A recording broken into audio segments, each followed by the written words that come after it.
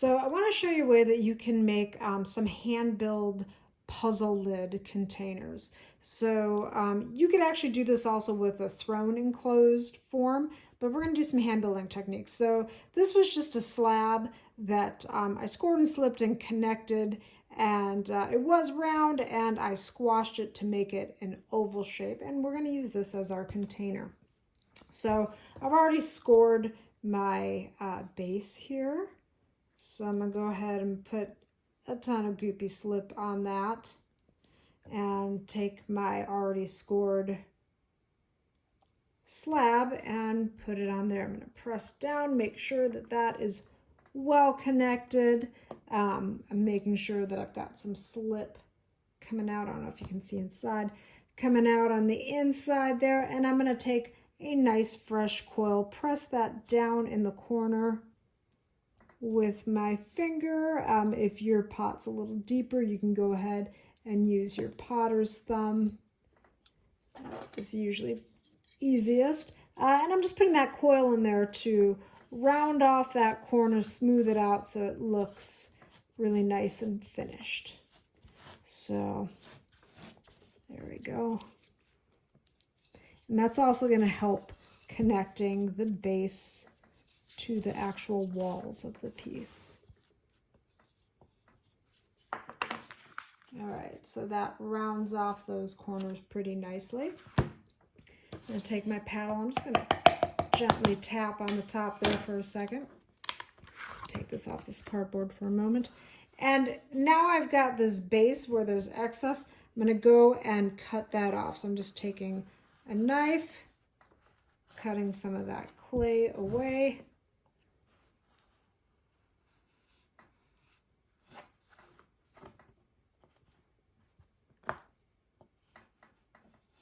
Clean it up a little bit as I go. All right, get this last little edge here. So what I always like to do at this connection point between the base and the wall is go back. I'm using a serrated rib. You could use a fork. You can also just take your needle tool or your knife and score going against that seam. And I like to do this because it ensures that that base and the walls, that they are really well attached. So I score or rough it up. You can go back, then score the opposite way. Take my smooth, flexible rib, and now I can go over that and smooth that off, and you never know that I made that big mess. Okay, so that's great. I like to take this bottom edge right here, and I like to just roll it a little bit on the table. And what that does, it just gives this corner a slightly softer feel. It rounds it out. Go back and smooth that all in. I didn't completely, but you will. All right. Next step, I need to put a lid on this, or a top on it, to close it up. So again, score and slip. My slab is a little on the stiff side. It's not leather hard yet, but it's also not a freshly made soft slab. It's a little stiff, so it's not going to sag as I put it down on top of this. And you can see I didn't cut a perfect oval or a perfect form. I did the same thing that I did for the base. I just used a slab, whatever I had. And I'm going to go back. If you put a freshly rolled slab, it'll slump in the center. So that's why I kind of rolled mine out a little bit earlier and let it sit out for a bit while I worked on some other things. And okay, so now we're going to repeat the same process as we did for the base. Now you're asking yourself, but there's no coil on the inside. How do we secure that lid? We'll get to that. We're going to open this up at some point, and we can go back and put a coil and connect that lid to the walls with that nice secure coil. But for now, go ahead and rough this up. Go back and smooth it out.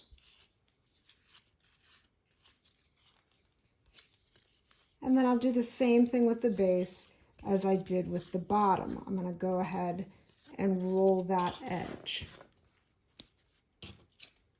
Mine's a little on the rough side. You will, of course, go back and make sure that yours is very clean. Okay, so again, tap, tap, and roll on that edge just to smooth it out a little bit. Okay, so now we have an enclosed form. Next step is to cut the puzzle lid. So the puzzle lid actually doesn't have to be very complicated, but it does have to have some locking mechanism.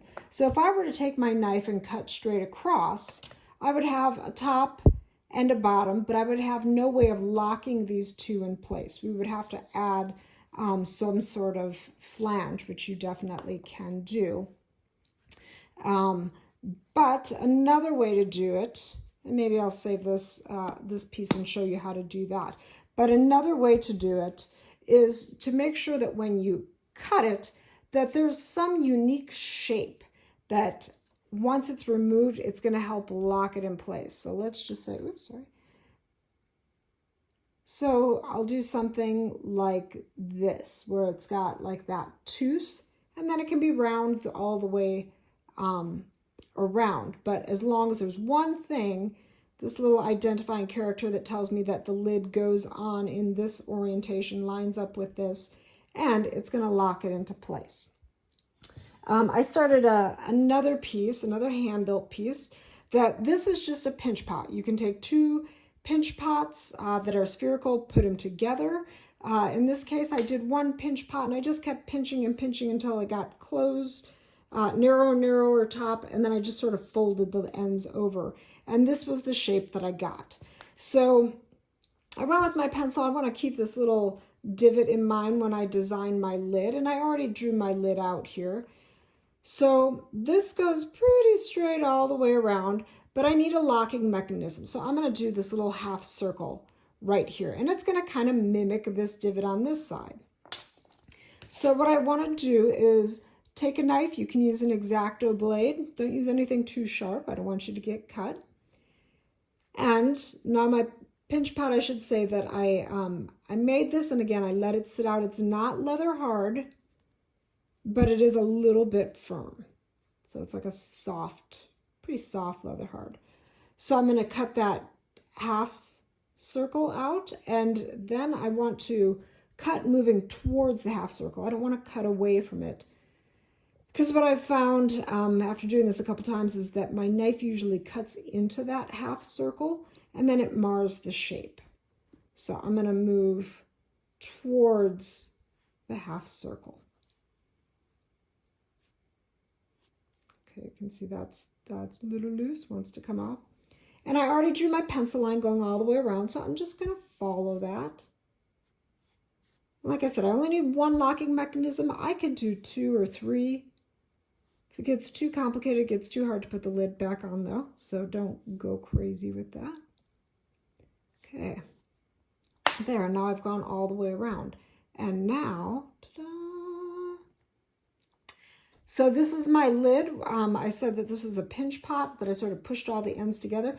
And so this is where that was. Because it's still kind of soft, I can go back with my finger, and all those parts that overlapped, they're a little messy looking. I can go back and clean that up. And then this actually had a little pinhole that I had put in it. I'm going to seal that off.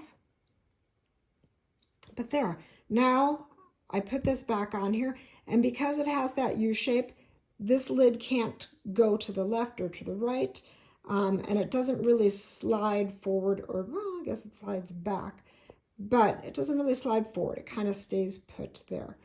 So that's a puzzle type lid that you can create for any hand-built container, whether it's something like a pinch pot or it's something like a slab container or even something that you coiled. As long as it's enclosed, you can cut a unique shape, cut around, and create a lidded container.